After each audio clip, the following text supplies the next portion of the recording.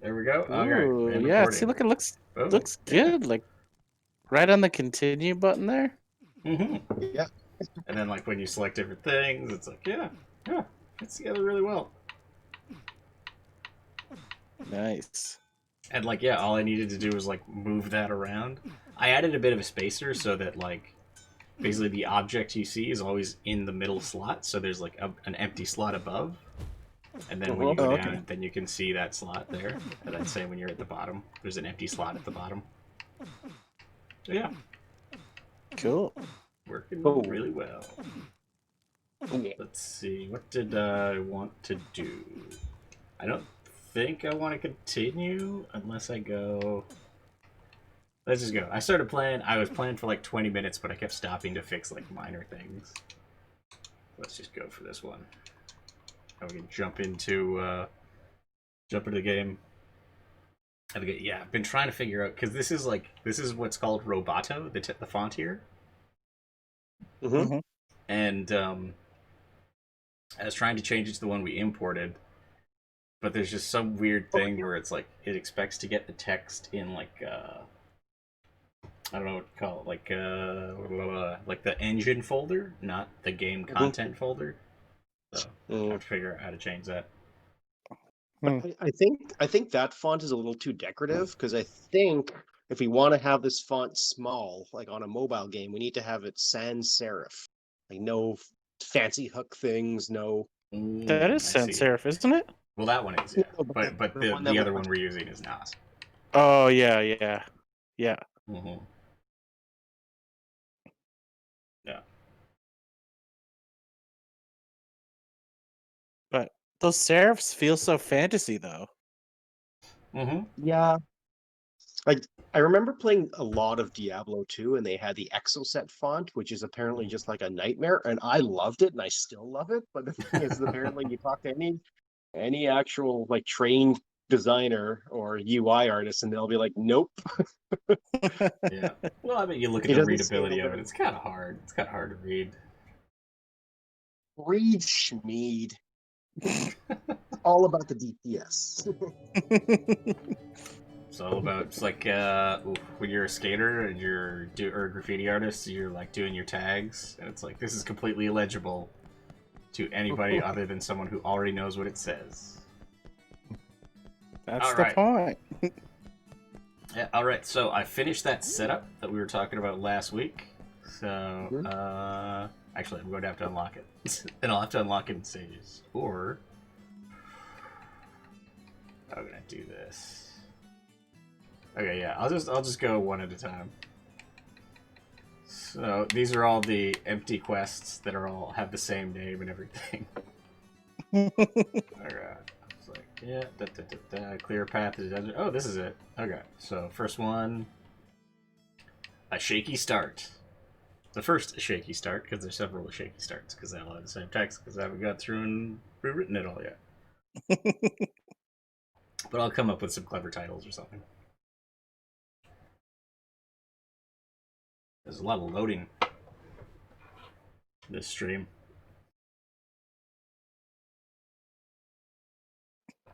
That's fine. We get to enjoy that Roboto font. Yeah. Yeah, I get to sit here and bask in my failure to change the font in time for the stream.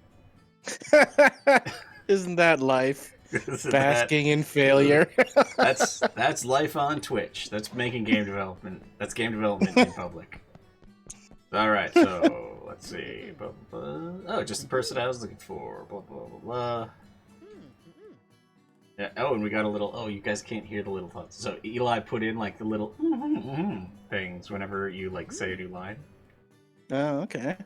Yeah, if you're watching on Twitch, you can hear those though.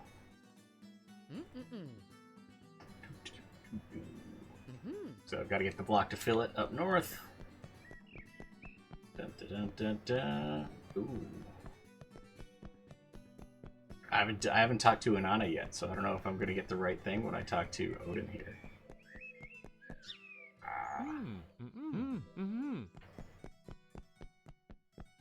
Okay, yeah, I gotta talk to Inanna. That was the right thing, wasn't it? No, he says the right thing, but I have to talk to Inanna before anything will advance with him. Mm-hmm. because she introduces like the totem shop basically. And I think, yeah, because basically normally that'd be a totem shop, but I don't have any totem pieces. I still haven't added, like, I should just add a debug thing that's like, give me a bunch of totems. So now, find push block. Let's spend the points, because I don't want to see that every time. I'll get up to 1,000 health, let's say. Then get some the rest of healing stamina. Blah, blah, blah. Buzz off.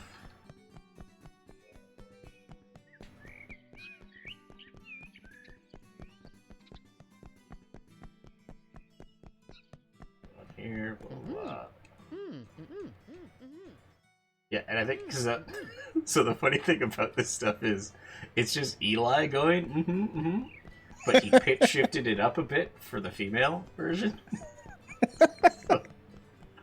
It's definitely placeholder, but it works as well though. That's hilarious. Yeah. Hear it.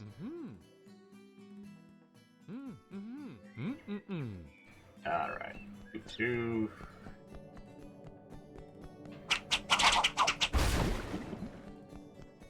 I'll move this down. Whammo.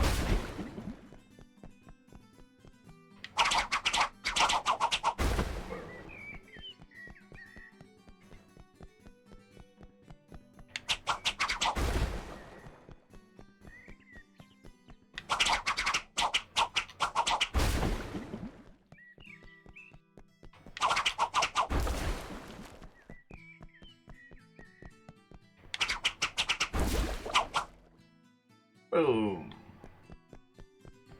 Hooray! All right, so that's step 1. Oh, nice.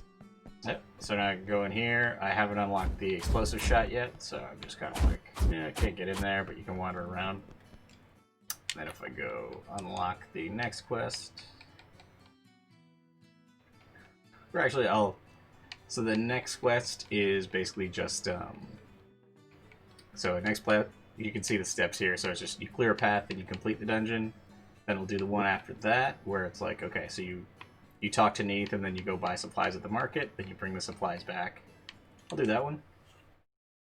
And this is one that'll like encourage you to go back to one of the previous worlds and check it out.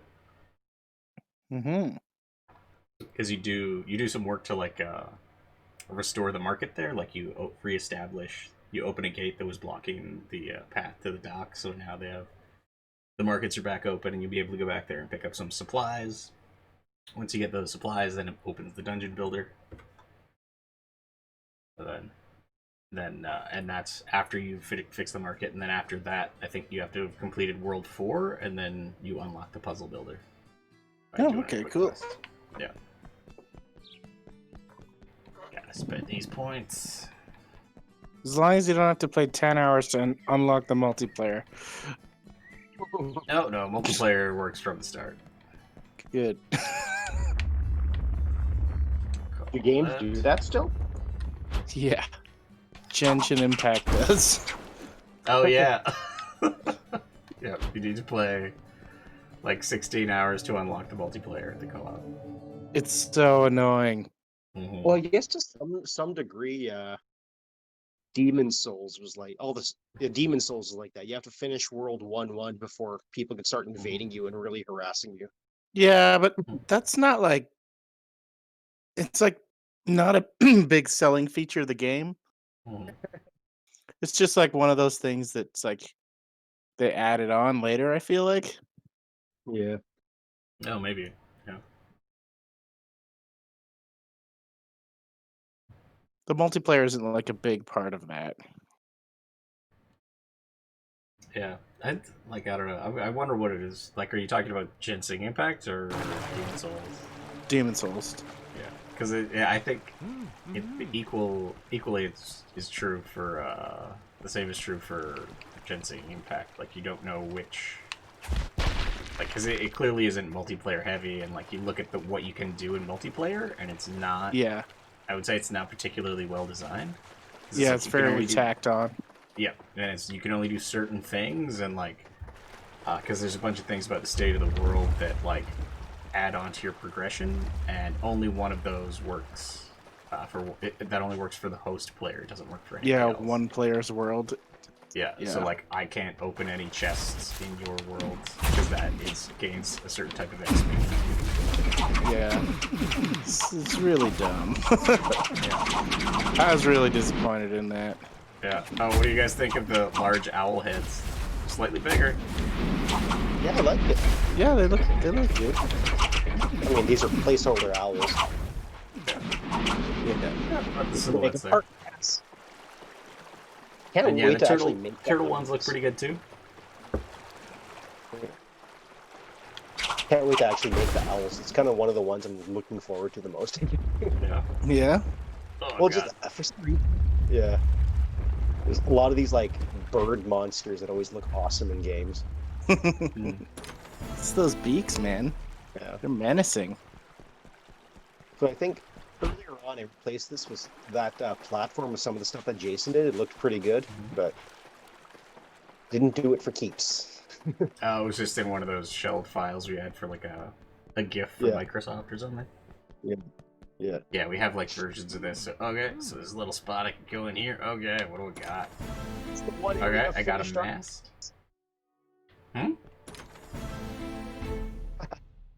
Totem piece. Oh, wow, that's interesting because there should be the other piece there. I have to double check why that didn't. At least I think it was supposed to be there.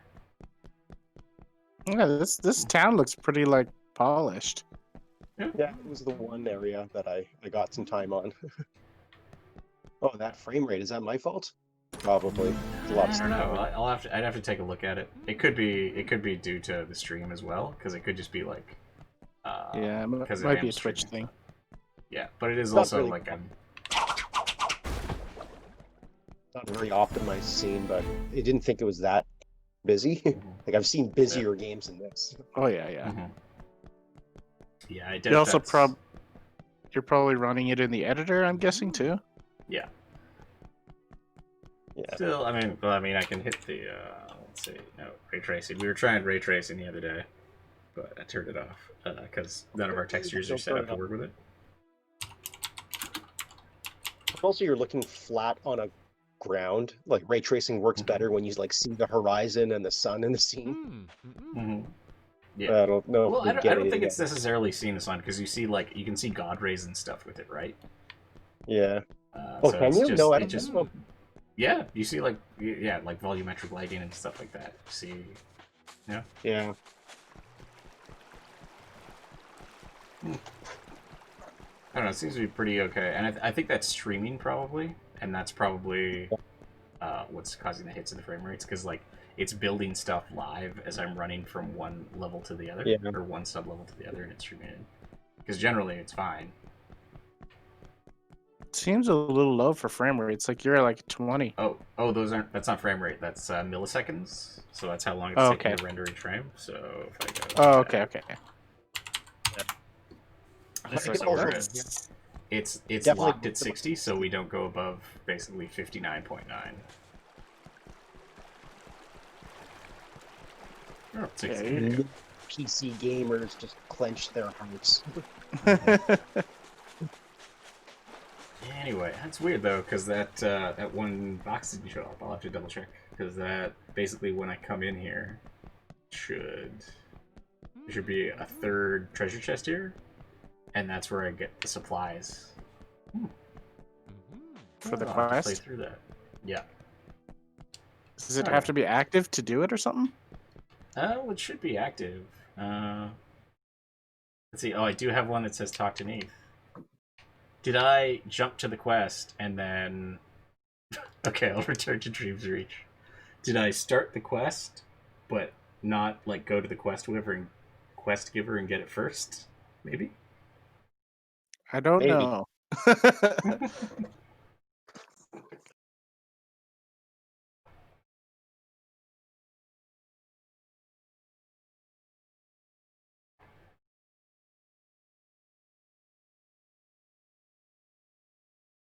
It's funny because now in all these screenshots, it's like you can see it's using the old font.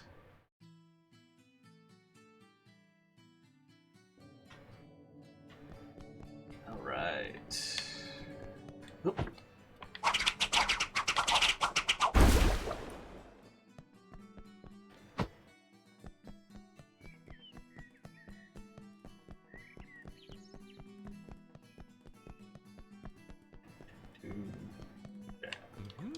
check out the armory. And I have one piece of armor there. There we go. All right, the disembodied doll thing. Yeah, I made it a bit darker so it's not just actually a floating head. I mean, it's still a floating head, but you can't make out the facial features. And he doesn't have that haunting, haunted doll kind of stare. That's better. I also like how when it explodes, the head just rips right off. Slides You're right off. looking at it. Need some effects for that. I guess, so the thing is, if you have a helmet, you will see the face, because it doesn't have the shadow on it. But yeah, it will be a helmet in You, the end. you gotta get a helmet. I want to see that. I don't know if I don't have any debug stuff to just give myself a helmet. You'll find one. Yeah, alright. Anyway. Let's see here. So yeah, I think I just have to talk to her and she'll be like, hey. Do the thing. Oh yeah, there we go. Yeah. Yeah. Some supplies. Okay. Yeah, so that's what I do. And now I can talk to Anana and I should have access to the shop. Either that or, yep, totem shop. There we go. So now I have a few totem pieces. And What I are can these assign two? them. Yeah, you need at least 5 to actually equip something. What do they do? Oh, I'll jump back in there. It should say in the menu. Basically, you get an aura, and they give buffs. Like, this gives X percentage bonus to gold drops. This one's X percentage back to knockback, which is like a form of crit. Like, you have a certain percentage chance to just basically stun somebody and knock them on the ground. And that's Pierce. Same thing as knockback, but it's a projectile thing, and it basically... A projectile, you just go straight through somebody and keep going. Okay, cool. Mm-hmm. Oh, hey, Matt. Hello. Hey, how's it going? Oh, not too bad. Cool. How's everybody doing? Yeah, pretty Pretty good. Yeah. I haven't had a chance to play this build yet. Oh, that's cool. I don't think I've submitted the latest build because I'm a bit worried about how buggy some of the quests are, and the fact that there's like 18 quests in the map right now that all have identical text. So there's like 18 quests that start out saying like spin attack or something like that. I can't remember what localized text I had just like had in the first one and then duplicated it 17 times. But I did set up a while ago, and this will be in the build. It saves what the last respawn point you passed was, and then it'll spawn you at that one. So I should be at the market right now rather than the entrance.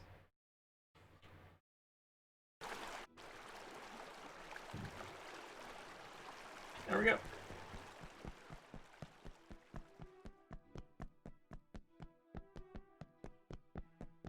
All right, let's see what we got. Boom. Supplies. Nice. The supplies Neith was talking about. Nice. Now I can just go back to Dream's Reach.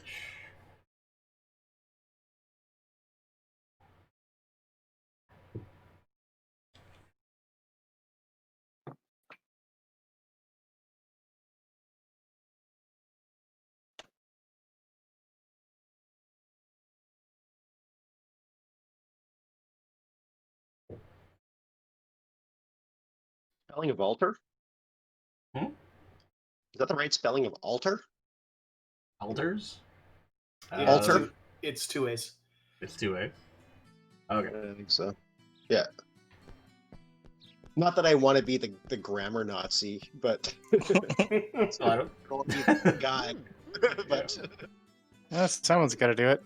Yeah. Well, I mean, you control this world and its lore, so Yeah. you could just say our altars are It's spelled altars, yeah. ALTER. you could do one Yeah. of those Scandinavian AEs. Mhm. Oh, Yeah. Sure. it's jammed together, yeah. Yeah. So now we got the dungeon builder set up. And I decided not to go with an NPC, it's just a little bench. It's a drafting table. And then we have the same thing Okay. for the other one as well, and it teleports you guess let's do that one too. Let's do that real quick if we can. I don't think I fully implemented this one, or basically if I did, it's basically like you just walk over 5 feet and complete it. Rather, because I didn't want you to go back to the market again. So let's see, we got tutorials. We got a lot of quests now. Wow. Battles. See, spin attack. Talk to Neath. Find MacGuffin. Return MacGuffin. Over and over and over and over again. This MacGuffin character is quite popular. Yes. It's the last boss. Hmm.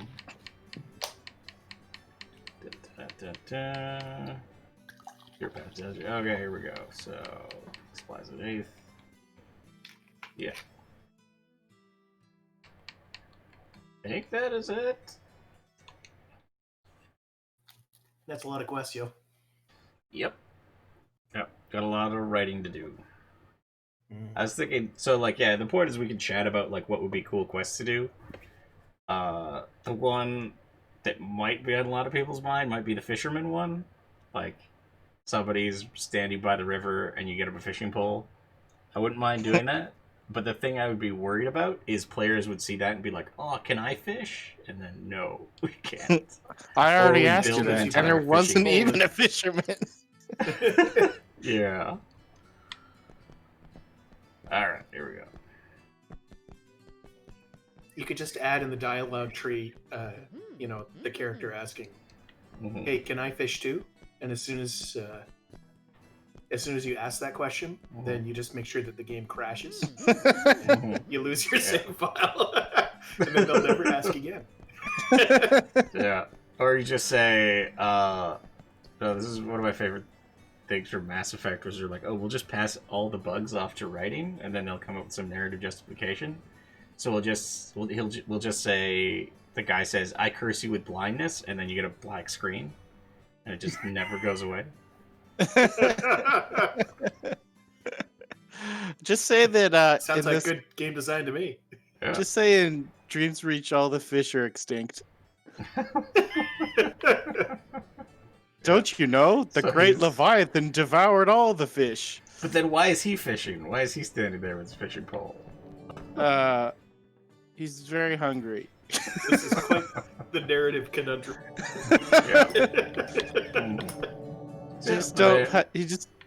He used to fish, but he can't anymore because the fish have been eaten. He's just doing it because he thinks it looks cool. This But yeah, is where that's, feature now you creep can- comes from. Now you got all that stuff, and then there's all the guys. So there should be a guy around here. I think there was a guy. There should be guys around here that'll give side quests. Like, here's one guy wandering around. They all have the same lines. You can't find the MacGuffin. It's really important to my quest. Can you keep an eye out for it next time you're in Babel? There we go. Alright. Wait, is that? Did it give me the quest? Should. There we go. Okay, and then do I have... Oh, I don't have the quest. Why didn't it give me the quest? Should have given me the quest there. I have to look into that. Here's another guy. They'll say the exact same thing. These robots. There we go. He gave me a quest. Nice. Yeah, I'll figure out what happened to that guy and why he didn't give me one.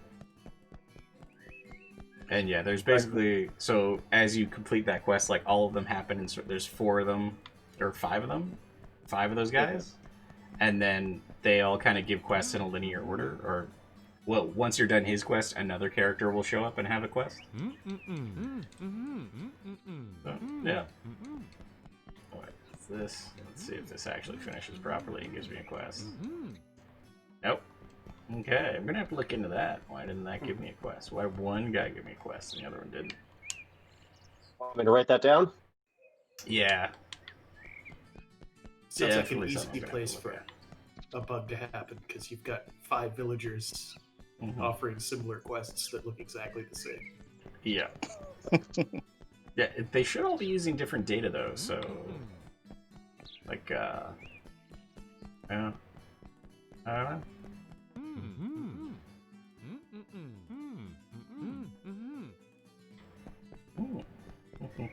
Yep.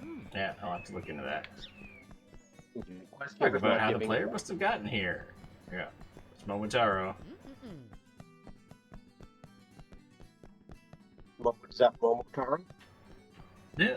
Well, he just has some placeholder dialogue saying what he's supposed to be talking about. Talk about how the player must have gotten here.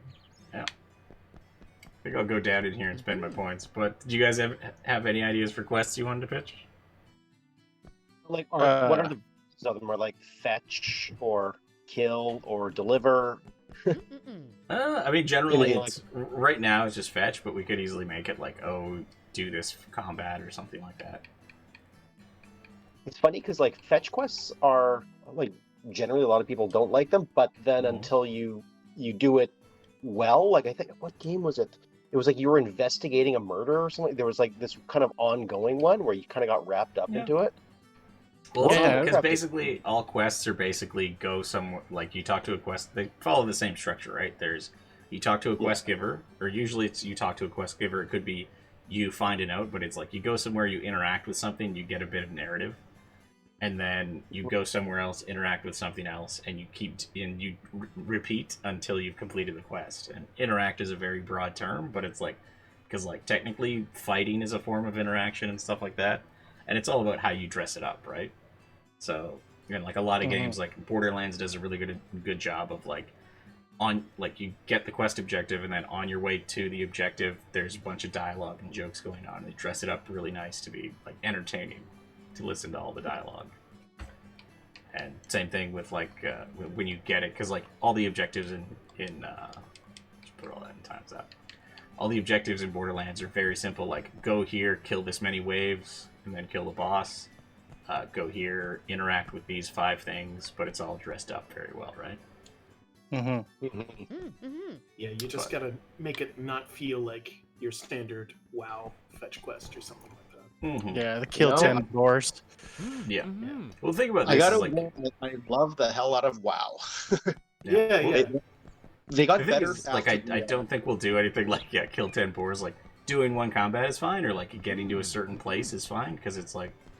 All of the quests we have are the reason we have this many quests is because there's that many hidden areas that the player can go to and explore. So every quest you go to is sending you to an area you've never been before. And it's like getting there, like you solve a bunch of puzzles and do a bunch of combats along the way. Okay. So I guess the challenge would be ways to find it fresh without necessarily, breaking feature creep rules. And a lot of it is like dressing up. Like I do want to keep the one in about the guy who's like looking for his MacGuffin, and we literally just keep it called the MacGuffin. Yeah, I kind of like that. Yeah, because the other thing too is like basically we have several abilities to reward for these quests. So Matt, because I don't. Yes. I don't think you were here last week, but I'll just go back down in here and show you what abilities you can unlock by doing these side quests. So, okay, sure. Like, here... I did watch the last stream. But... Oh, you did? Okay, yeah. Yes. So, yeah, then you know that. So, yeah, we have several things we can give you. And basically, those will be... Once you complete the quest string or whatever, you'll get one of these. And you get to, like, gold and experience. And we can give you other stuff, too. Like, we could give you... special weapons or something like that, like legendary versions of weapons or something. I remember the side quests I liked the best from Mass Effect were the loyalty ones, and because like I remember the ones from Mass Effect 2 were really cool because they had such cool characters. So like I remember, and when you talk to them, the side quest was about like helping them with a personal thing that was completely aside to your mission. So like you would learn a lot about Thane, or you'd learn a lot about what's that the Quarian girl with the and I don't mean the romantic missions, but the actual ones where you actually learn about the backstory. So maybe that's something we could do. Like those are the best quests for RPGs when you have a lot of companions. I mean, you could set up the quests. I mean, we don't have any companions in this game, but you could set up the quest dialogue so that every character that you interact with has an arc. Yeah. And as you help them, their opinion of you change, and maybe even their outlook on the world changes. Yeah. So, that'll for work. instance, Yeah. when you first meet somebody, they'd be like, you little shrimp, you're completely useless. You Mhm. couldn't, or something like that. Maybe somebody who you've already made friends with recommends you for Yeah. another quest, and then you go to the quest giver for that, and they treat you like crap, and then you start delivering for them. Or That's you that's start pretty much what helping them. happens with Odin already. Yeah. Yeah. So it would just be the idea of changing people's hearts and minds and Potentially. perceptions Yeah. in a way that's, that's good. satisfying. Mhm. Yeah, you get to see like a character progression in there. Yeah, I think that works because like the idea of this area too is like the people that show up here should all be characters that are sort of either that are having problems with quests of their own. So it makes sense that it's like, oh, you like basically, yeah, you'd be helping people complete their quests, and part of that quest is always the character art, right? Mm-hmm. Yeah. I think would never go on the quest with you, though, right? You don't get any NPC AI friendlies sometimes or anything like that. Not for the side quest. That's like a unique part of the gameplay in World 4 and 5 is like Okay. like Neath follows you around with the torch in the dark to Oh, cool. yeah. I'm Because just trying to think of ways to keep the quests fresh without necessarily adding too much feature creep.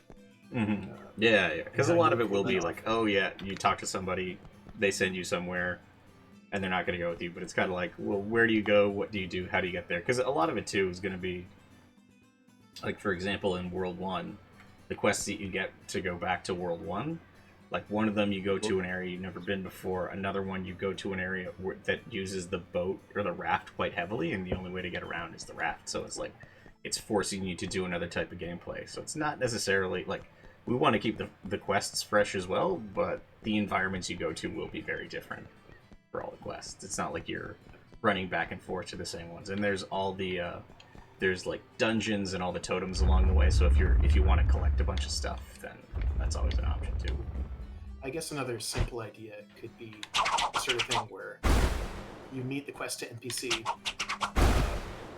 while you're completing a mission for another quest to NPC. Like maybe the first one you meet in the village is saying like, "Help, my husband is missing," and you have to go and fight your way to the husband. And then the husband is another quest NPC who's very grateful for the help, but he's looking for his herd of buffalo or something like that.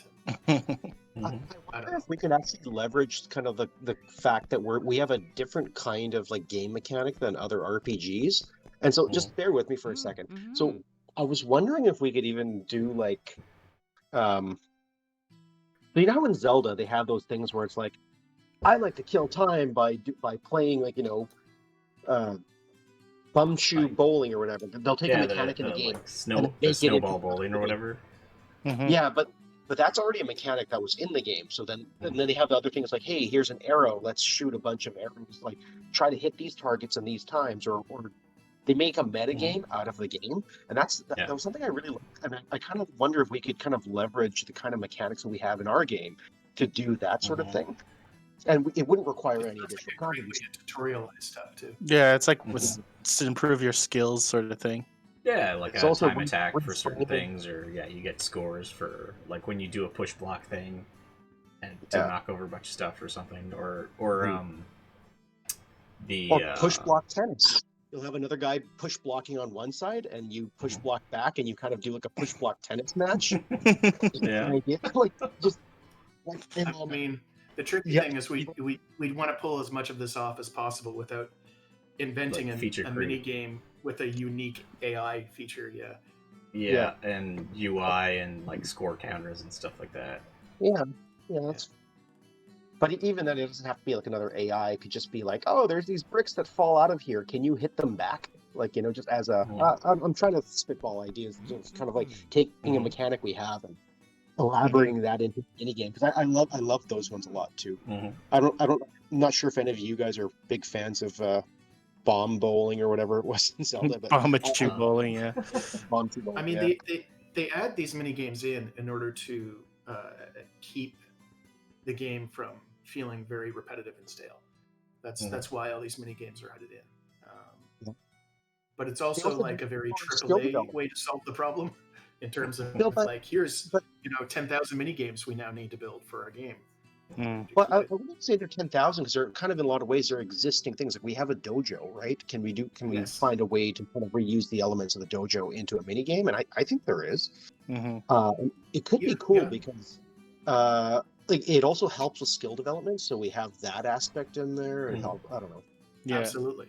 I mean, if you're looking for ways, because I imagine, each one of these special abilities that we get, needs its own tutorial anyway, right? So if you can gamify that a little bit and create like sort of fun story-based, narrative-based objective games where you're like interacting with an NPC, that way you actually make the tutorials feel a little bit more fun, Yeah, a little bit because more like worth what I have right now is you just get a secondary objective that's like, here, do this move 10 times, do this move 10 times. Yeah, exactly. Well- and maybe trying to find some sort of either a plot hook for why you're doing it, like clearing a bunch of trees or something, I don't know. Or Have like a You know, Rube Yeah. Goldberg setup where you have like or a Rube Goldberg thing. yeah, or even just sort of like you need to do the spin attack with like the spin arrow attack with in a different context where you want to like miss a bunch of things, but then you want to hit something on that target. Yeah, exactly. Yeah. And just you could. I mean, you're planning to have a bunch of puzzles in this game anyway, right? Oh, well, I've already built most of them. Mhm. Oh, awesome. Okay. Yeah. All right. So. Yeah. Yeah. I mean, maybe they can be simple versions of those puzzles. Mind you, like I said, to tutorial. I don't know if the tutorials. no new UI, no new assets for it. Just kind of leveraging what we have and making it. I guess. Yeah. Yeah. Like that. I think the real unique hook in this game is like the mythology setting. Yeah. I would try and like tie your side quests into maybe like digging into the story of like this place. Like if you're in the Norse mythology, like there's plenty of stories there. I'm sure you could make quests out of and make reference to all those like characters that they have. Yeah. Yeah, I think that's definitely a way to go, and that's what we want to do. Is because like each one of these side quests you go on or that we have, it's like it's going to be sending you to a specific world. Because I don't think there will be any that are really self-contained in the village. It'll always be somebody from that world comes here and asks for your help, and then you go and help them out. I guess what might be really helpful is if we went through some of the mythology of each of these mythologies and tried to figure out, like, break the events and the adventures down into like mini games and quests, or not mini games, but basically, how many of these adventures, in Celtic mythology are actually just fetch quests. And then you make a list of those, and then you build the dialogue around those references. Yeah. I wonder if there's also any kind of myth building we could, or kind of lore building we can do about the existence of Dreams Reach, this place where they all get together. Yeah. Like, that's a good idea too. Try to build a little bit of the game's unique mythology in there too. Yeah. You can do that thing where once you complete the quest, they come to your little village. Or they come to your little area or something. Yeah, they come to Dreams Reach after you've helped them, and you can fill out your whole town. Yeah, I guess because. Yeah, sorry. Another thing that might make people. Because the big driving thing behind a lot of these side quests though is getting people to go back and revisit maps. Yeah. So if it's like it's hard to put them, I guess like if we have part of the quest is like you talk to somebody in Dreams Reach that just appeared, then you go to an old map and then you talk to somebody there and then they come back to Dreams Reach. Because the thing is like we could do quest givers in the middle of levels, like the other worlds, but then it's hard to justify you helping them out there, and because the whole point of them is to get you to revisit it, right? Not necessarily explore more of the area you're already in.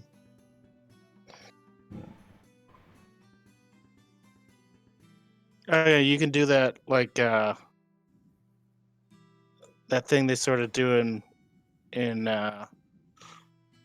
in a lot of like action RPGs where there's like a thing, a kind of feature in the landscape that you know that you'll recognize later. You can use like the cracks in the wall for bombs, but you don't have the bombs yet. But you remember where they were, so you have to go back later. Yeah, you make these obstacles look really enticing. Like, oh, there's something to that. Yeah. Yeah, I've done that with the raft in a few places, because like basically, you'll walk past a piece of water and you'll see the raft, and you can actually like, there's a wall between you and it, but you can hit it with your cleave ability and move it, but you just can't get to it until you have the spin attack. Yeah. That's a perfect example. Perfect. Yeah. Another thing that would make people, very interested in maybe being completionist in terms of like all the dialogue for these objectives is to like write them in a way so that there's an air of mystery, like that you get a sense that there's a connection to all these things, but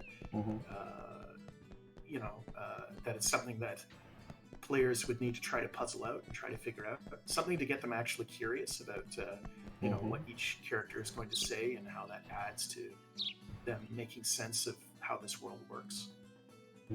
Try to find some sort of cohesion.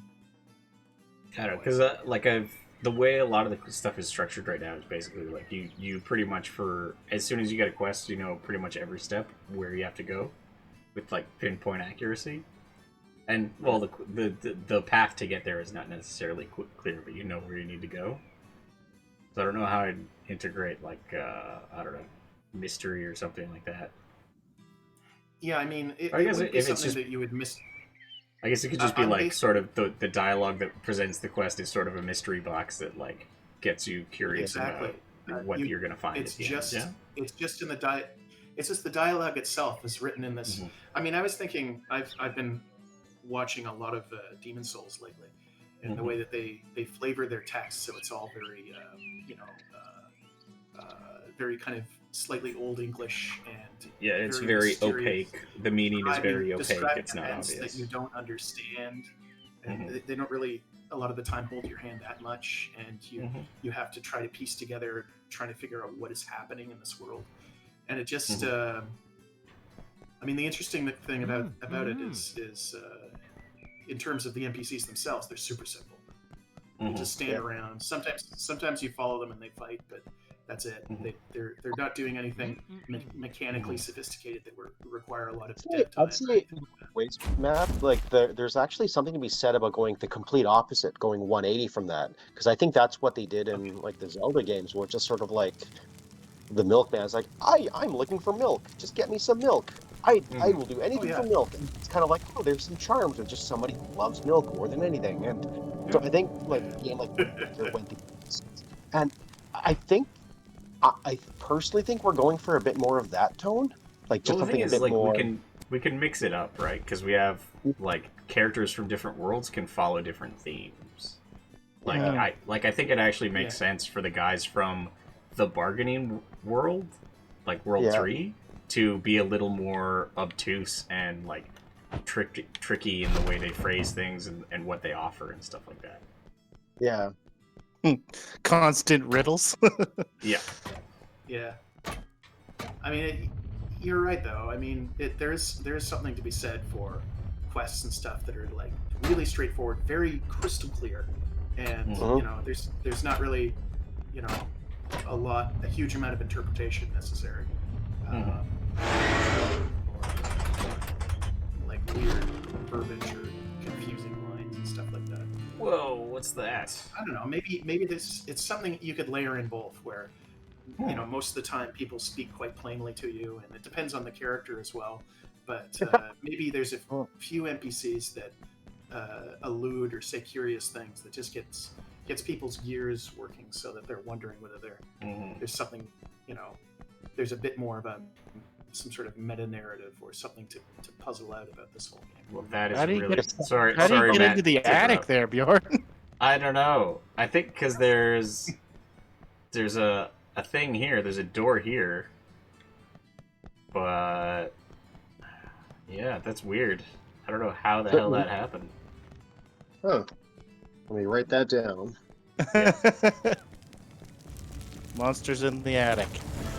Yeah. I got a heavy sword. I didn't get a No helmet. no helmet. That's why I came in here, Phil. That's not safe, Bjorn. That's not safe at all. Yeah, OH&S is gonna be after you. Oh, I'm actually using the sword right now. Oh, Matt, you might like this. Oh, So cool. I set up the Oh, my animation. goodness. It's still just using the spear Oh, but you animation, slowed it down. but it's You slowed it down. and you. Yep, you and the longer you use it, the faster it goes. So it takes like 15 seconds, I nice. think, to get full speed. Oh shit, that's a really interesting thought. Is Yeah, that what you so- want to keep in terms of how the game design works? Yeah, I think so. And it does, because it'll end up doing way more damage when you're full speed. But it has like an acceleration. Yeah. That's a cool idea. Yeah, I mean, I definitely want to put some real animations in there, but that's actually, wow. That actually doesn't look too bad. It does feel, because it's all animation, kind of, so like the cleave and the poke is like, it's all slowed down. But then, yeah. as you go for it, speeds up. Okay, interesting. I mean, I was planning to go for a completely different kind of, but that's cool because that's it has a very different feel to it that way. Mm-hmm. Be worth doing unique animations. But it does kind of remind me of those like those greatsword kind of claymore three-hander videos on YouTube. It's spinning it around. Yeah. Yeah, it's so weird seeing it just like the because it's just the spear animation, so the sword dips below the ground most of the time. Yeah, I mean it's really hard for that not to happen when you're doing all these spins. Yeah. When you've got these tiny little midget characters and these giant weapons. Mm-hmm. I do feel like we might be able to get away with more if we added some effects of like spraying sand and dirt and sparks. Oh yeah, you know? yeah, we probably Yeah. do that. You could pretend that it's going through the ground. That's exactly what's happening. Yeah. Oh, that should not happen. Oh well. Yeah, that's the opening of the game, and it should only go off if you're at the very beginning of the game. That's weird. I have to double check that. I'm looking for that other thing that was in the attic. I'm like, is it still loaded? Where did that come from? Because it's like, I guess it's just like a piece of the level that got loaded in the wrong, or a piece of the dungeon that got loaded in the wrong position. I've never seen that before. I have no idea where that came from. I'm still thinking about the kind of dialogue mystery stuff. I think you're right, Jacques, is that most of the time, like, it should be really straightforward. It should be really... Because otherwise, if but I'm not really sure. Like, I mean, I don't know anyone from Software. I don't know if they actually had a plan for their world. Like, because they didn't. Like, maybe there's like, hey, let's just write a bunch of like stuff that has no answer, and that's really the sense I got from all the Demon Souls games. No, those you can't. Like, guys, as a level designer, I'll tell you flat out, you can't do a game like that without planning it. yeah. Like Like, it feels like they wanted to do some environmental storytelling, but yeah, some of it they were just like, yeah. Yeah, well, the thing is, like, they do a environmental mystery. storytelling and stuff like that, but they just don't bother explaining anything. They don't necessarily... They don't lay anything out for you, right? Because there's so much of it is sort of just vaguely referenced and hidden. Yeah. Like, you need to read, like, item descriptions to get the backgrounds for certain characters and stuff like that. Yeah. Like, it's... And there'll be things like, oh, that weird spirit that had invaded you and you killed in one hit had a name and a pendant. And there's some story about it. And then people invent huge lores about it. Where you're coming from. Like when I played all the Dark Souls games, I thought the story was rubbish. I was not interested in any of the backstory stuff. It really felt like they had shoehorned it in, maybe written by a completely different development team after the game was finished, and they just tried to make sense of it afterwards. So it was based on all these game design principles that were already there. Because don't you like revisit the same area in the third one, or some of the same areas in the third one? You do. They're like remixed sort of thing. Yeah. Yeah, you visit Anor Londo. Yeah. That's the big castle area, and it's like a ruined version of the one in the original Dark Souls. Yeah. Mm. It's So like almost every fan area, service. every area just kind of got redone. Yeah. But Did you remember the name Anor Londo? I totally forgot. I don't know why. I don't know how I remember that. I really That's don't. where I you usually- grind. That's where you grind to get to level like 400 or whatever to make the game easy. That's where you grind. But so I really wasn't interested in the Dark Souls games. But I've been watching these the remastering of Demon Souls. I've never played Demon Souls, and the stories has a much greater sense of mystery and cohesion in that game. I find. I don't know if it's just because they've done the art so amazingly that I have more investment, but it definitely piqued my interest a lot more than any of the Dark Souls games that I actually played. Because like Demon Souls was the first one I played, so I didn't think it was that deep, and I thought the other ones got better. Yeah, I really liked 1 and Yeah, 3 were really good. I had the opposite experience. Yeah. So it's probably all smoke and mirrors. I guess, I mean, Zelda's probably a better reference for most NPCs and most of the dialogue. It's just, it might be interesting to throw in a few, like, curious hints of something else. Yeah, no, I definitely think, like, yeah, because we can have different, like, characters from different worlds should give different types of quests, and they should all be sort of thematically connected to that area. And it totally makes sense that, like, okay, so maybe ones from World 3 and 4 are a bit more obtuse or harder to dissect, and there's a bit of a mystery there that you need to, like, dig deeper and figure out, and it makes sense. Yeah, that could be a way to make the worlds distinct. As well as the Oh, characters. I got an idea for you. Yeah. Maybe back to the fonts. Maybe each area they come from. Like, did you ever read any like old Avengers comics? Yeah, like Thor How, like, talks. Thor talks like a fucking old Yeah. Norse guy, and his font, like his fonts are like all funny. Yeah. Yeah. You could do that to like help differentiate everyone from where they came from. Yeah, that's true. Oh, yeah, It'd that's a give good them an idea, too. accent. Yeah. Yeah, certainly in terms of what you write and in terms of what they say, and also just the font. Why not? Or even the color of the text bubble could be different. Yeah, I've seen, that'd be very simple. people trying to communicate like inhuman or monstrous voices just by like converting the white to Well, that's black. because like they do that in Sandman. They do that with Deadpool all the time. Like there's different characters in his head talking. Yeah, exactly. That's it. So it's all good ideas. Yeah. I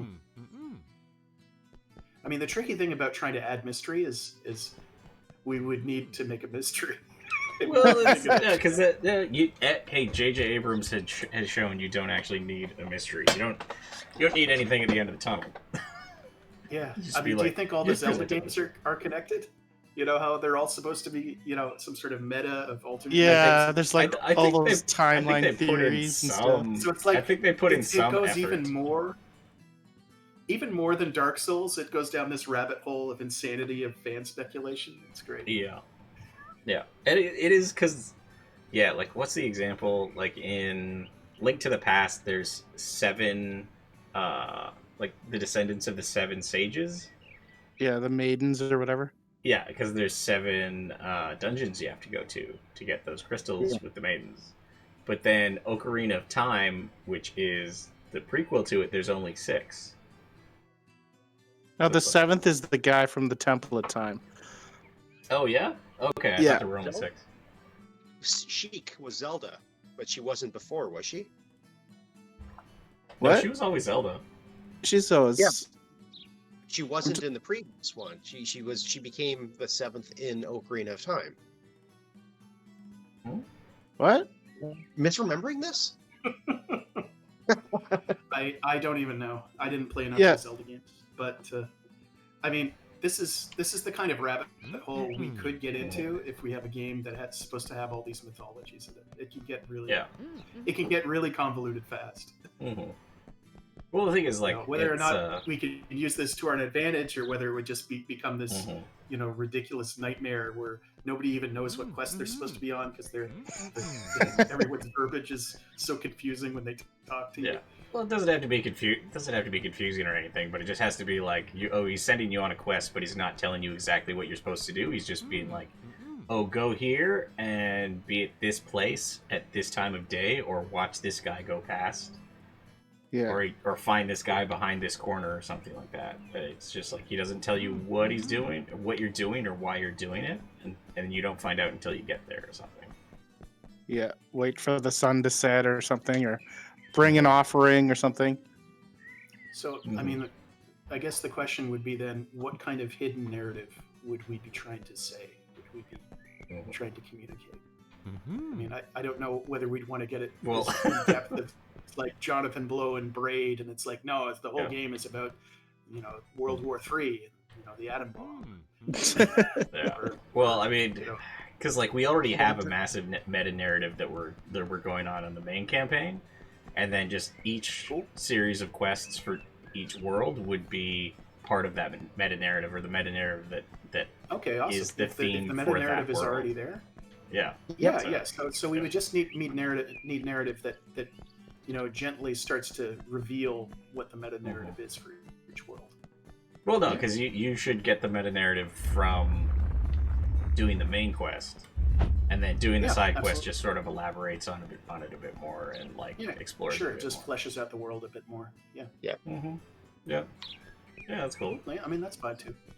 We don't necessarily need to, make the whole game a metaphor for some sort of Freudian slip or something like that. Yeah, and well, because everything, all the different worlds should be somewhat self-contained too. So like, when you're dealing with the guys from one world, it's like you're just going back to that world, and that's like a self-contained arc for that guy, and there's 5 of those because there's one for each world. Cool. Okay. Yeah, what's the story with Neath? What is Neath about? This definitely wasn't where I thought the stream would go, because I was like, oh yeah, well you could go find a guy's pants or something like that is what I was expecting you guys to say. That's like, oh well, we should be doing like a Dark Souls way style. Too macro here. Yeah, because we're way too macro here. A lot of that macro stuff is like, we already have that sorted out. Yeah, we already have a lot of that macro stuff sorted out, and it's just like, oh yeah. Okay, all right. Anyway, let's see. So, pretty pants. Norse mythology. Let's see. Well, do we want to start? Well, that's the thing is like, I'm not even like, we don't need to come up with I don't mind coming up with a narrative for the quest, but it's just like, what are the kinds of things you would be doing, and is it just going to places and finding something, or it's fine though.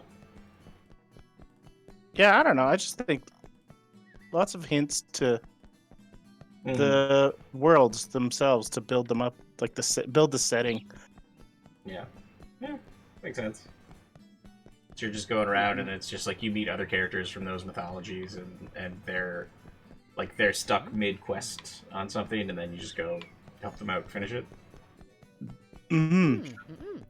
Like in very broad strokes, just also just trying to hide the fact the one dimensionality of the game. The sort of like, this is the fetch quest guy, like maybe add some sort of boisterousness to him, or personality, or something that gives you attachment or meaning to these characters besides go to this location and then come back. But I mean, if we're looking for specific ideas, would it make sense to start at the very beginning of the game and just start going through the quests and start trying to pick up ideas? So one of the things is I don't want this stream to be spoilers for the entire game, so that we're not going to be talking about all the details of the story and the themes and stuff like that, because it's like, that's something players should discover as they play, not we reveal everything on a Twitch stream before the game even comes out. Oops, I think I've ruined everything. I should see if I could see if there's a mystery room in the attic over on this side.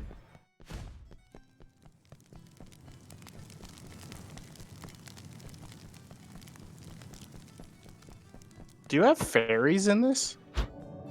Fairies? I don't think we have any Fairies. builds. We do have the Celtic area, so basically, like, we could have fairies there. I think, so Jacques, basically, I mean, we could call a character a fairy, just like it still looks like a human. But just generally, we're gonna have like 3. So we have the enemies in each area. And they're all based on animals. So like the Celtic one is like there's a goat, an owl, and a fox. And then we'll have like 3 generic humans for that area as well.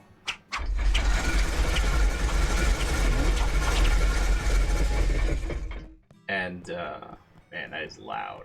I know you guys can't hear that, but it is really loud. And like they'll all look the same, but we could make them look kind of Fey-ish, maybe. Yeah, I'm thinking like maybe there's factions in each area that you can help. Yeah. What do you think, Jacques? Like, should like the extra NPCs we do? Because those are something we don't even know if we can afford right now, too, depending on our budget. Yeah. Basically, like, but we could. Those extra NPCs could just kind of like have sort of a distinct, more like mythological, fantastical kind of look rather than just their people. I just shrink them and put wings on them. I don't think we'd shrink them and put wings on Have them. them float in the air. What am I doing Putting here? them in the air just makes it look like a mistake. Look, Yeah. Oh no, I gotta fix this. They need a hovering animation. Yeah, Well, I made thing a is, it's change like, to the ball spotter or the boulder spawner, and it overlaps some stuff now, and it doesn't spawn if it's overlapping something. This puzzle is not gonna work. I'm gonna have to fix it. maybe because it's recency bias or whatever, but I played last year. I played a lot of Stardew Valley. One thing I really liked about the game is pretty much all fetch quests in a lot of ways, right? But the way they kind of did it was rather than have an NPC give you the quest, what happened was like you sort of filled out like a volume of how do I explain it? Well, you basically every NPC has like a stat about how much they like you, and the more stuff you do, the higher that stat gets. You know how the what's that? The main building that you collect all the stuff to kind of upgrade. So like basically you have to get The like, museum thing? Yeah, the museum thing. Yeah. So it wasn't like but they were fetch quests, but they just didn't say, "Hey, go get me 10 of these." It just you kind of showed up and said, "Oh, there's 0 of 10 next to the peas, 0 of 10 next to the carrots, 0 of 10 next to... I need to go fill out all of these." So you bring back 10 carrots, you bring back 10 of these, and you just fill out the picture. And I kind of like that because you didn't necessarily need an NPC, you didn't need the dialogue, you didn't need like the entire thing. And I think a lot of the fetch quest idea just can be reframed in another way. Yeah, just like a board or something like that, where it just like it tells you this is what you need. Yeah. Or sort of like, Batman doing his investigations, he's just like he turns on the goggles and then he reasons stuff out. And essentially the stuff he reasons out boils down to fetch quests a lot of the time. You just need to go to the next area after the dialogue finishes, after you stared something for a certain amount of time. So that could be something where you kind of, instead of always being instructed to go places by people, you could just stumble upon an area with a bunch of missing things. You could have a bit of dialogue, reasoning out what needs to happen in a location. Yeah, the thing is we don't have like carrots or like any kind of inventory system like that, right? Yeah. Yeah. No, but I was just kind of framing. I was just giving an example of reframing how fetch quests are done, Mhm. and it was fine. Everyone loved it, but it was basically collecting 10 of something, bringing it somewhere else, collecting 10 of this, bringing it there. And Okay. it was fun because I think a big part of it was it unlocked a bigger part of the central lore, Yeah, I yeah. guess. So as long as you're it helped progress the main story forward. So I think that's the big thing that people have with about kind of irreverent fetch quests. As long as you have something that kind of helps the main story with a good reward, Well, and it kind doesn't. of help. Well, it depends because it's not like, again, like you say, main story, but it's not like the, because the whole point Yeah. of side quest is it's a side quest. It's not the main story. No, sorry. And not it's the main like story, it's kind of helping it's develop like, the lore. well, it's like because you need a reward for it, right? Like you don't just Yeah. do a side quest and you get nothing for it. It's you do a side quest and you get. So there's two types of rewards. There's intrinsic rewards, which is the side quest is fun in and of itself, and it just feels good to complete. And then there's extrinsic rewards where like, oh, there's a chest at the end of this, and you get some experience or some unique item that you can't get anywhere else in the game. And yeah, so most of our quests, like our quest lines end with you unlocking new abilities. That it's like, oh, the only way to get the evasion ability is to do this side quest chain, right? Yeah, for sure. Pretty neat. Yeah. Mm-hmm. So if we're hoping, at the end of this brainstorm to like have a list of possible, I side don't quests. think that's where this went at all. Where am I? Oh, there we go. Yeah, I don't think we're getting there. Yeah. How? I mean, if we want to do that, I mean, we could try like playing at the beginning of the game, maybe just. Yeah, I mean, we're already an hour in. We Somebody usually only do taking this for an notes. hour, so. Yeah. Oh, okay. All right, so it's over. We Yeah. do have the one pants though. We have Help what? him find his pants. Help him find his Help him pants. find Yeah, his that works pants. for me. Yeah. We got How that about- one. How about you have to collect rare herbs to make more drinks for the bar, Make more drinks for the bar. Yeah, there's the pub. There you go. and the drinks can be like little like temporary buffs. You're adding more content though, because now we can make a bunch of groups. Yeah, well, just color that plant red and make the rare ones. Yeah, there'll be some red ones that are randomly, like 1% of those bushes will be red, and when you destroy it, you get the special pickup. I guess You get that's the real challenge is that like how do we make all these quests have unique kind of premises and Yeah. feel fresh without having any new content. Like, Yeah. Yeah. Well, the thing You is, have to like, get the red leaf tea, Yeah. and then the red leaf tea you can. Well, the thing is too, attack because like the purpose of faster. the quest is to get you to go back and revisit a place you haven't been before. So like here with like the raft, and it'll be like, oh, your objective is on an island, and the only way to get there is to use the raft, and you've never used the raft in this world before. But if your objective is like just go destroy as many or go on a hunt for this, it's like you're just sort of wandering around aimlessly. And not like if your objective drives you to go to a specific point that you've never been to before, that's a lot more interesting than just just try and just wander around this place that you've been before. Because then it's like people are probably farm plants. Yeah, and it's because like they're probably not going to go to a new side area if it's just like all these plants are in the main area. Maybe I guess if the only place to find them is in like a specific location, that works. Yeah, maybe there's a rare spot for them. Yeah. Oh yeah, So, this sword does a lot of damage. From this again, maybe. Yeah, we would just go through what we have right now and just come up with lists of how to flavor them so that they felt a little bit. They sort of had a little. That guy whooped your ass, Bjorn. Yeah, well, these are big guys, man. Wait, I should try it. Oh. Alright, let's see if I can. Oh, I'll flatten them, I know. Ah! And they're off. I can't whistle. Oh, there is. There we go. Alright, let's see if I can deflect this. motion. Nope. Ow! Yes! Oh god. This game is so violent. There we go. Okay. Let's It's see if I can cartoon deflect this violence. back. It's fine. It is. Nope. Oh, he went and picked it up. Oof. I have about a 5-second lag between what I see on screen and the dialogue. Yeah. Here. Oh, Twitch yeah. Twitch It's has a bit little hard. lag. It's a little bit hard for us to follow the beat for beat because we hear your reactions in Yeah. 5 seconds before something happens. Oh, okay. Yeah, I guess you're in the Discord. Yeah.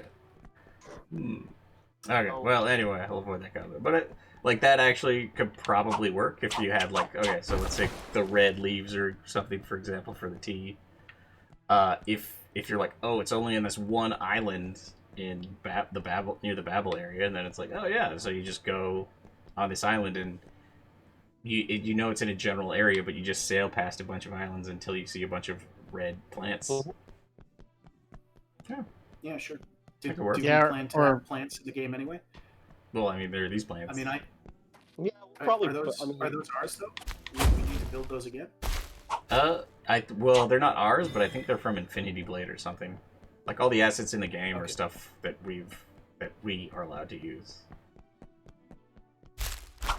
Oh, okay. So we're allowed to use these Mhm. plants. Yeah. Okay. Yeah. Great. they So, don't yeah, really just fit color the 'em. style, but Oh. okay. Perfect.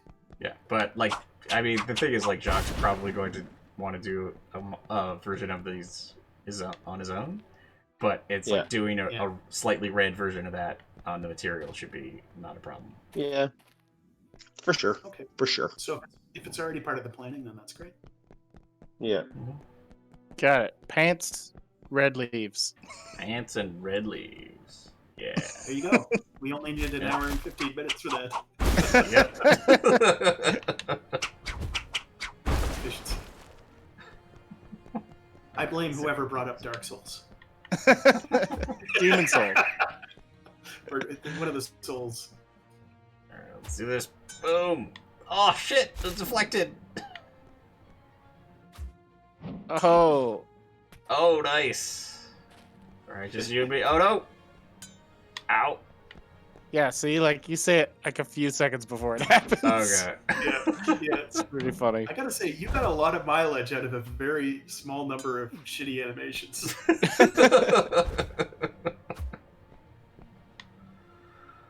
Man, I think these attacks, I don't know, they seem like way too slow. Yeah, I mean, they've been put in slow motion, but it's kind of cool. The good thing about it is you've helped define how long the attacks should take. And now I can Yeah. actually build real animations. Oh, jeez. How did that happen? Nice. Alright. There we go. Oof. Didn't time it. Up. Let's see.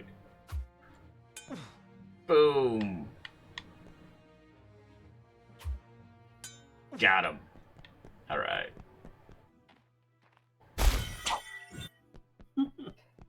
Nice. That looks So- challenging. What are the 4 mythologies you're drawing from again? There's 5. So there's 5? Well, the last one is kind of generic Asian, I think, right now, because we don't have Okay. anything specific for that. Well, the thing is, like, Korea and Japan and China like share a lot of mythology as well. Mhm. We're kind of technically conquered a lot by each other. Like as a Korean, I can tell you, we were Yeah. Japan's bitch for like centuries. We were also part of China for a lot of it, so like a lot of that applies to China. So like, God, when did Korea split? Like Korea split like it was documented, so it was sometime during written language. So there's a lot of the stuff would apply. A lot of we were just kind of mishmashing it. I don't. Well, I that's think perfect. it's So it's Korean mythology. First world is Korean mythology. No, that's Fifth World. That's the last one. I mean fifth world rather. Yeah. But it's not a lot First of one it's is not first one is Korean, same. Babylonian. Second one is Norse. Third one is Celtic. Fourth one is Egyptian, and then fifth one is Korean. I mean, It's not really there's a Korean. lot of Like Monkey King predates Korea, I think, but then Yeah. also like Momotaro is probably is way after. Japanese. Yeah, but because the thing is, like, it's more. The reason I said it's kind of like a generic mix of a lot of Asian stuff is because I think, Jacques, you wanted to go for a lot of sort of more Japanese pagoda style architecture. Mm-hmm. Yeah. So we'll like it'll be a mishmash of like architecture from like some areas and then mythology from others and stuff like that. I mean, to be fair, these are all kind of stereotypes of mythologies, even the Norse. And the Norse and the Celtic, there's a lot of overlap here because they kind of contradict in inspiring each other. Yeah, and even like because the quests, like, because there's like Odin, and you help him out on his quest to gather knowledge. So like when you first meet him, he doesn't have any. He's not very smart. So is there the world tree or whatever? Yep, you go to all the roots of the world tree in the Norse one, and then the Celtic one. These guys. So the shop they have is like all the items they collected on their quest. These are the consumables. But basically their story is based on like this. I think it's the 7 labors of Hercules, and then like you go up to this guy and he just tells you how they got each item. So that you got some Greek in there too. No, this is technically, well, yeah, kind of, but like this. So this is like a Celtic story that's inspired by, because like they go get the golden apples and stuff like that. So interesting thing about the golden apples. It's the 12 labors. Okay, these guys only did 7. I thought it was 7. Okay. Yeah, these guys only did 7. They're not done yet. Interesting thing about that's true. They're halfway. Interesting thing about this, or actually, I think they had more, but they didn't have like, they didn't have boons or objects that they got for some of the other ones. So these are the 7 objects that they got. And the interesting thing about apples, because it's golden apples, and I read something that was like, it's actually a theory that the golden apples were actually just oranges, but they didn't have the word orange, so they just called them golden apples, because apple used to be a generic term for fruit. Oh, okay, cool. Yeah. Cool. See, like that's a little thing you could have. That could just be an orange. Yeah, that's what I want, but I didn't, because we have like 10,000 icons from like the Humble Bundle thing, and I could not find an orange for the life of me. But I had apples. So, I don't think I know much about Babylonian mythology. What kind of stuff have you drawn in there? Mostly it's just like you're helping Inanna clean out her like find her way to her ziggurat and clean it up. But there's not much. It's a little Mary Kondo thing. Yeah, exactly. The Tower of Babel considered mythology, or am I wrong? Yeah, maybe. I think that's biblical stuff. Yeah, it's biblical, but it is a Babylonian story about like or it's a Sumerian story at least that the Bible kind of borrowed from.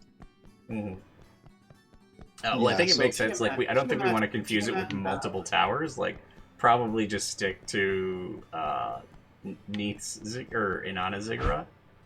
Rather than like have, there's this one and then there's this one, because like we'll probably use tower, because this is a game for kids and it's supposed to be like pretty casual language, so we'll probably use the term ziggurat and tower sort of interchangeably. So it's like natural language rather than Inanna is kind of like one of the big, or Ishtar, she's one of the big goddesses from Mesopotamia. And Bahamut, I think, and Tiamat. I think they're all part of the same. Yeah. So lots of beards I'm seeing.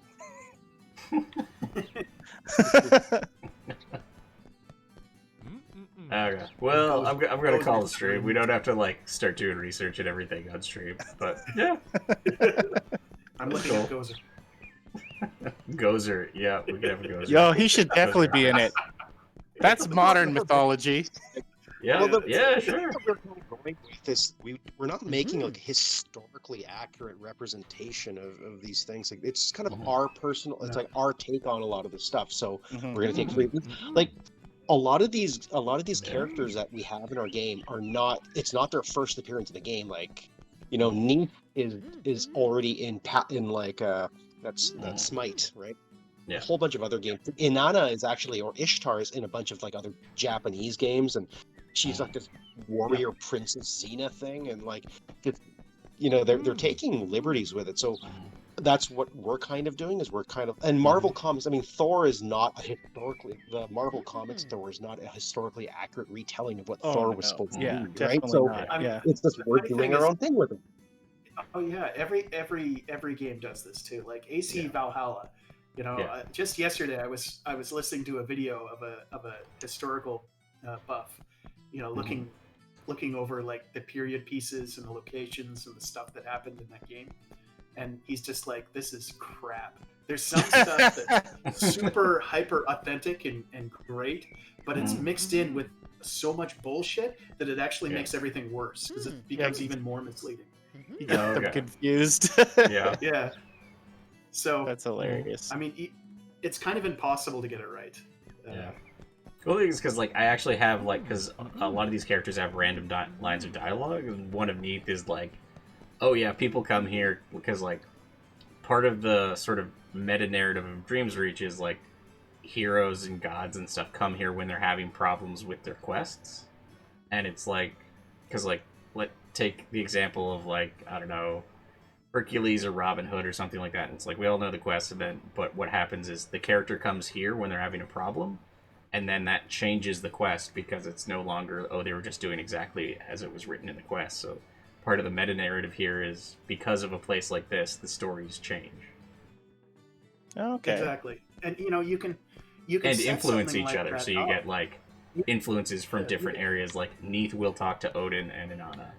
And it's like, for sure. Those just a few interesting lines of dialogues that will go over the kid's head, but just kind of explain to historical nuts and mythology scholars, that no, this is an alternate reality. This is like some weird. This isn't meant to be like accurate. Yeah. Yep. This is kind of a fever dream representation.